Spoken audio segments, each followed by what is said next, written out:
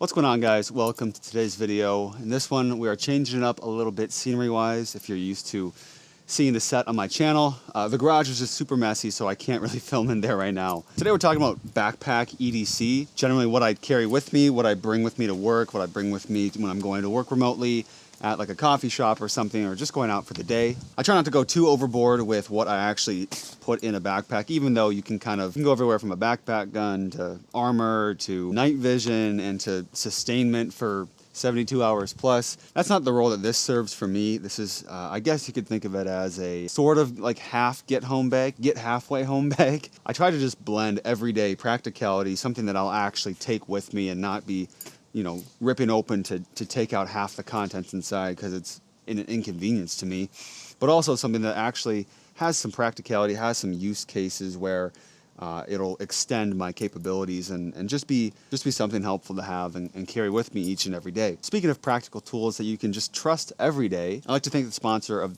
today's video, Aura. After you're done watching this video, I would encourage you to go ahead and Google up your name, first, last, maybe your address, and you'll find out that some of your personal information, things like your name, your address, health records, your relatives' information, might not be as private as you once thought. It turns out that data brokers are selling your personal info to spammers, scammers, and just about anyone on the internet who could have every intention of targeting you. That's why I've chosen the sponsor of today's video, Aura. Aura's got me covered. They run through and let you know all of the data brokers that have your information, and they automatically submit opt-out requests on your behalf. You guys may have heard about this recent story. AT&T had over 73 million customer records, both current and previous customers, leaked onto the dark web. AT&T recommended for those impacted that they use strong passwords, monitor account activity, and consider credit freezes and fraud alerts from the credit bureaus. Well, if I was caught up in the one of 73 million, I wouldn't actually have to worry all that much because Aura is always on, always protecting me. Additionally, I would have had to reallocate my valuable time to, protecting my accounts, changing passwords, doing all these things just because a company decided not to keep my information safe. Aura protects me from annoying spam, things like that, but they also protect me from the very real risk of hackers who are trying to hijack my social media accounts, bank accounts, and other personal information. I'm not usually a huge advocate of outsourcing you and your family's protection, but when it comes to the digital world, I feel like it's a very different animal. That's why I trust the experts over at Aura. I value my privacy, and if you value yours, go to aura.com/KoreanMarksman to start your free 2-week trial today. The link is also in the description below. All right, so this backpack is the Daily Plus from Able Carry. They sent this backpack to me free of charge, no money exchanged, and I don't have to send in this video for a review before uploading it. These thoughts are my own. This backpack is pretty cool, but I'm not going to let it sway my thoughts. One of the things that I really like about it is how it keeps everything internal, even like the water bottle, which we'll dive into each pocket for you guys. Figure I'll just start with the bag because it's the exterior thing. Overall, it is very comfortable. The padding on the back is excellent. The adjustability of the straps, both height-wise for the chest strap, and it has a little magnet that clasps on, so you don't have to worry about, like with my Vertex bag, a clip breaking and then you're not able to use the chest support. A little bit sturdier. I can just hit my chest quick to unclip it, and yeah, the material feels great. It feels like it's waterproof, and it just feels really sturdy overall. So as you guys can see, it's not too big. Transitioning from the Vertex Gamut 2.0, this backpack is a bit smaller, and that's something that I am kind of grateful for having in an EDC bag. Granted, I could have gone for one of the Vertex smaller bag, but I think this bag really just is a win. So let's start in the main pocket, show you what I got going on in there.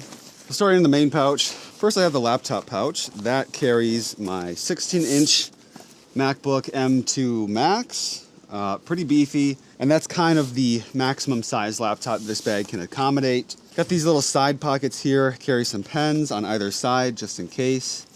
In the iPad or maybe even smaller laptop pocket, I just carry some wipes. By the time you guys are watching this, I am now a dad, and so I want to have wipes to keep things clean. Even if you're not a dad, having some wet wipes to clean things off is advisable. I have a little folder here with some documents of things that I need to classify transactions for work, and I keep other important papers here that I reference on a daily basis. It's kind of falling apart, but it's been doing the job for me so far. On top, I keep this is an Alpaca Elements tech bag, not case. I did have to pay for this. So, and I've had it for a while. I have a Vertex kind of quick draw strap here. Sometimes I use it for carry, not often. I primarily use it for kind of as a dump pouch to just extend my EDC when I want to ditch the backpack. Inside right here in a big Ziploc bag, I have components that form an IFAK for me and or for a loved one. Trauma shears, a nasopharyngeal, nitrile gloves, 2 tourniquets. I have a space blanket in there to contain body heat so that clotting and all that kind of stuff won't be compromised. I have compressed gauze, I have quick clot, and that's about all I got in this little Ziploc bag.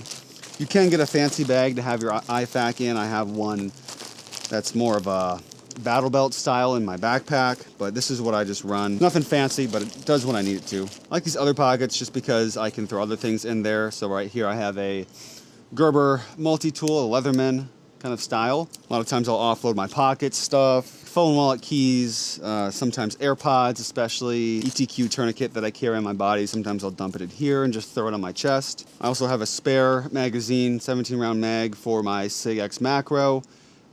Unloaded currently, but I carry Federal HSTs in my SIG. And then I have a little travel pack of Tums just in case my stomach gets upset. Yeah, I like this pouch, especially in preparing to become a dad. I just want to embrace the bag lifestyle, so I just carry this bag around like this. It has a top pocket, the Able Carry bag. Currently it's empty. I might throw like snacks or just treat this as the backpack dump pouch because it goes pretty deep. It goes about 1/3 of the depth of the backpack. For this dump pouch, I might throw like my sunglasses in here. Ideally put them back in their little soft case so that they don't get scratched up. Don't want to put like really weird shaped things in here just because it's right up against your back, so you might feel that.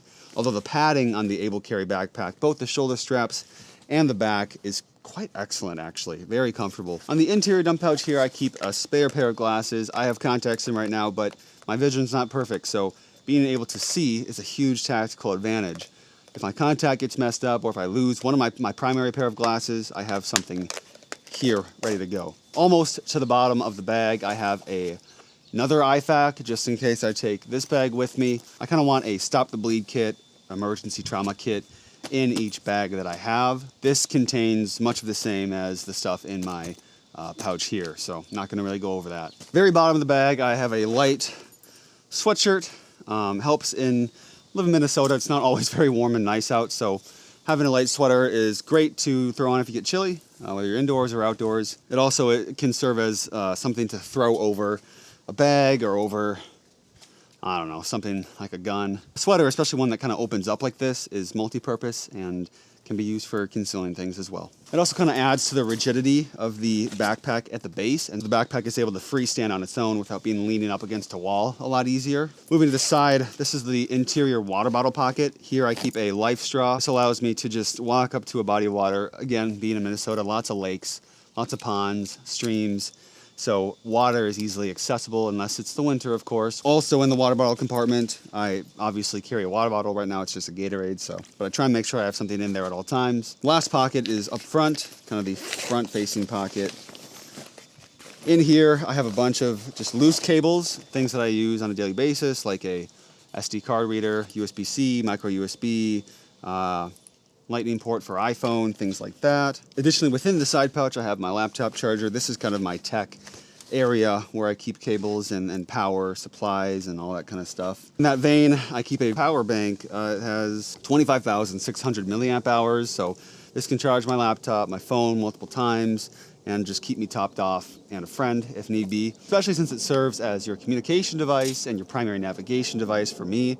I don't want my phone dying on me, so make sure that I have a way of charging it on the go. Up in this zipper pocket, more tech stuff. I have an SSD. This is 2 terabytes of external storage at a gigabyte per second, I think. Have some Duracell 1632 batteries in case my pistol optic goes dead on me. And then I carry a handful of zip ties just in case I need to affix something to something or fix something. They're not flex cuffs, but in a bind I can cuff someone up with a few zip ties because I'm into some kinky stuff, Useful thing to have around. And holy cow, sorry guys, there's a lot of noise going on. Sirens, dudes weed whacking or air compressing, AC units kicking on. I'm so sorry guys if the audio has been shite, but Thank you for stopping by. Thanks for watching this video. Huge thank you to Able Carry for the bag. Hope you guys found this instructional, informational, useful, maybe something that you can pick or choose from my setup. You can roll into yours that actually serves you. If you have any suggestions or just do things differently, I'd be curious to hear what you guys have for a setup, backpack wise and or on body bag, MERS. Let me know in the comments section below. Let's start a conversation there, because I'm a bit autistic about evolving my EDC, changing it to fit my needs perfectly. Of course, I'm never going to find the perfect setup. Nevertheless, dedicated to trying. Thank you guys so much for watching. We will see you in the next video, and take it easy out there. Stay safe.